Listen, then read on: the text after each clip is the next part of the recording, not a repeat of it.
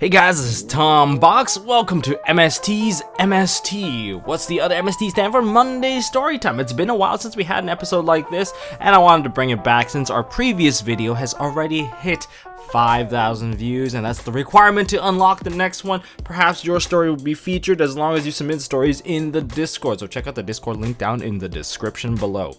Now welcome back, Tom Box. Well, thank you. Yeah, I've been away on vacation. I made that one video that I was definitely not supposed to make because I was on vacation, but I did it anyway because one can only hang up their dual discs for so long. Can you imagine if I was like actually wearing a dual disc where I was vacationing? That'd be crazy. But anyways, so today's story is going to be a story time of YGO Ruling Nightmare Salty Player Edition. I don't get why players get so salty playing this game. Like it's like they get called on, they're personally attacked, and then they get so salty. It's like you go to a restaurant, your food's not seasoned well enough, and it's like, oh man, this is just not good enough. You just bring out your cards, play a couple of runs, and all of a sudden the food's automatically fixed.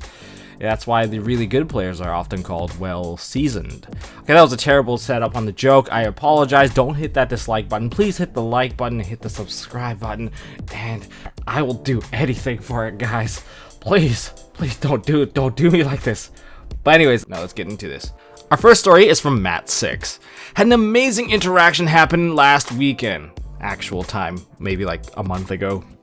But we had a pretty good sized locals where I live, about 35 to 40 on a regular basis twice a week. That's pretty amazing, not gonna lie. I've only started going recently since I just moved into the area, but from day one I could tell that there were people everyone liked and the people everyone disliked. One of those guys, we'll call him Blue Eyes, BE for short, is notorious for not understanding the rules and getting mad when he loses matches. Now, he typically plays a Chaos Max CM for later version of Blue Eyes with incantations and whatnot. I was playing an Orcus and got paired against Blue Eyes. Now, we sit down and I can immediately tell he's not in a good mood. He kept grumbling about how all his opponents must have been cheating all day and doesn't understand why he isn't winning. So, oh boy, we're in for a rough one. So he wins the die roll and begins to go into his plays. He ends pretty lackluster, ends on 2 Chaos Max with 2 incantations in defense mode. I draw and proceed to make a Borload and attack one of his Chaos Max to take it. Whoa. No, your monster dies. Since Chaos Max can't be targeted by monster effects, so you take 1,000 damage. Me. No. Borload's effect doesn't target your monster to take it, so I still get it. Judge! Our local judge comes over. He sees who I'm playing and instantly gets a look on his face. He's preparing himself for the worst. What's going on? He attacked my Chaos Max with his Borload and now he dies and takes 1,000 damage. I activated Borload's effect to take his Chaos Max when I attack it. But he can't do that because Chaos Max isn't targetable. Borload's first effect targets. His effect to take doesn't. He gets to take it. Oh, what? That's so stupid. I'm looking it up. Well, that's my ruling. If you don't want to accept it and waste time, I'll have to give you a warning. Fine, whatever. This is stupid. So I proceed to take his Chaos Max and OTK him by using it to attack one of his incantations. So we side. That was pretty savage. So we side and go into game 2. This is where it gets really fun. So he goes first again, sets up the exact same board. I go and I open pretty poorly. He had a couple interruptions in hand, so I was only able to end on a Rusty Bardiche with 2 Fogblades set. I attack over one of his incantations and pass turn. He goes and begins to declare attack on my only Rusty. I chain Fogblade on my own Rusty. Why would you Fogblade your own monster? Because now he can't be targeted for attacks. Oh. Well then I win then! Yay!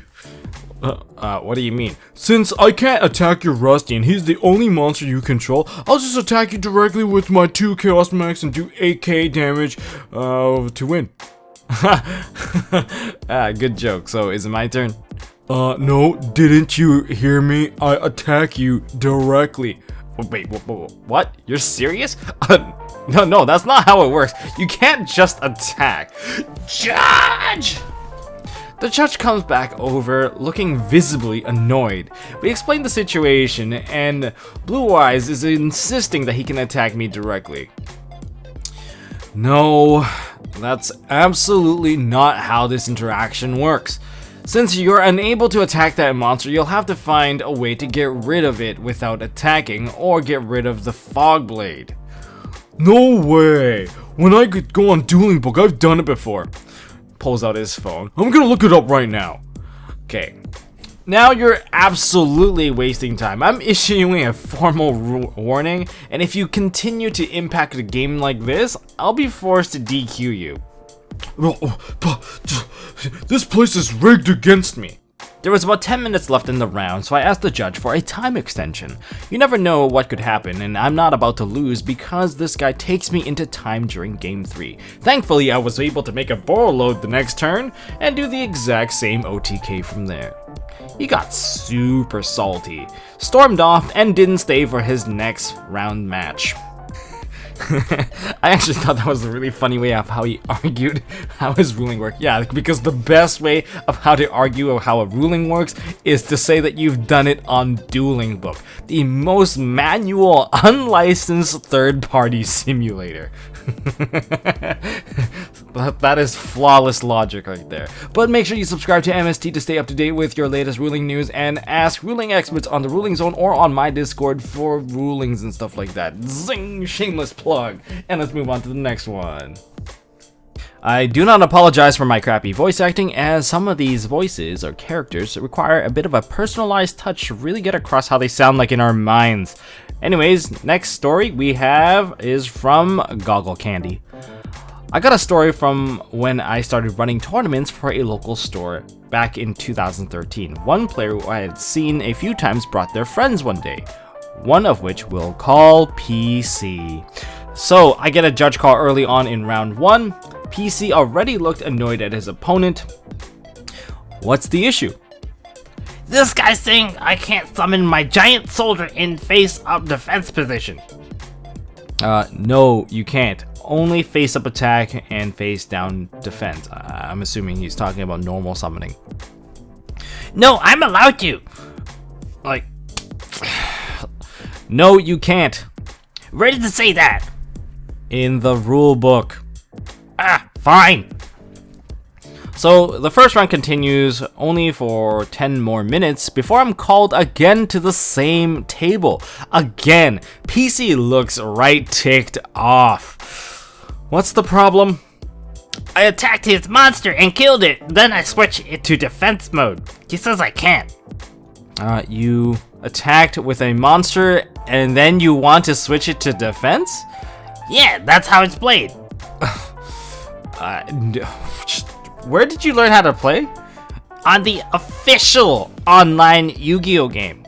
So for some context here, so I can't back this for a fact, but there were a number of browser and Java-based games out there for Yu-Gi-Oh at the time. The only official games that followed the rules at the time were the GBA and DS games. I can't be 100%, but I'm pretty sure that he may be playing around in Dueling Network, which wasn't the best for learning the game. So that's not an official game. It's an open... It's official! It's got all the cards in it, and I play it every day! At this point, he's now standing and his voice is starting to raise. Well, I'm sorry to say, but that game isn't for learning Yu-Gi-Oh, but for people who already know how to play to practice their decks. No, it follows the rules. You don't know what you're talking about. Give me a second. So I walk behind the counter to grab a rule book from a starter deck that had been lying there. I open it. See, it says in here... No, you're not gonna lie to me anymore. So he turns to his friend. You said this guy knew what he was doing. Back to me. If you're gonna play with special house rules, you should post it in front of the door. Dude storms out, his buddy apologizing to me. If anything, I felt bad. He legit thought he knew what's up. I found a sign for house rules, guys. It says, no thunder, no sky striker, no orcas, no saddle, no link, no exceeds, no synchro, no pendulum, no exodia, fun decks only. But on a more serious note, I think I know why he thought that things went to defense. He was probably playing against BA. He's probably someone attacked him with a Dante and went to defense mode. He just thought that's exactly how every monsters work. If you're the very first monster you ever go against as Dante, you might think the same way. So yeah, there could have been some logic to it. Our next story is also from Goggle Candy, and we're gonna step back into the past where it's now 2005. So here's a story back in the summer of 2005 when the game was still run by Upper Deck and I was also still in high school. Okay, well, in the set timeline, the newest set was Lost Millennium.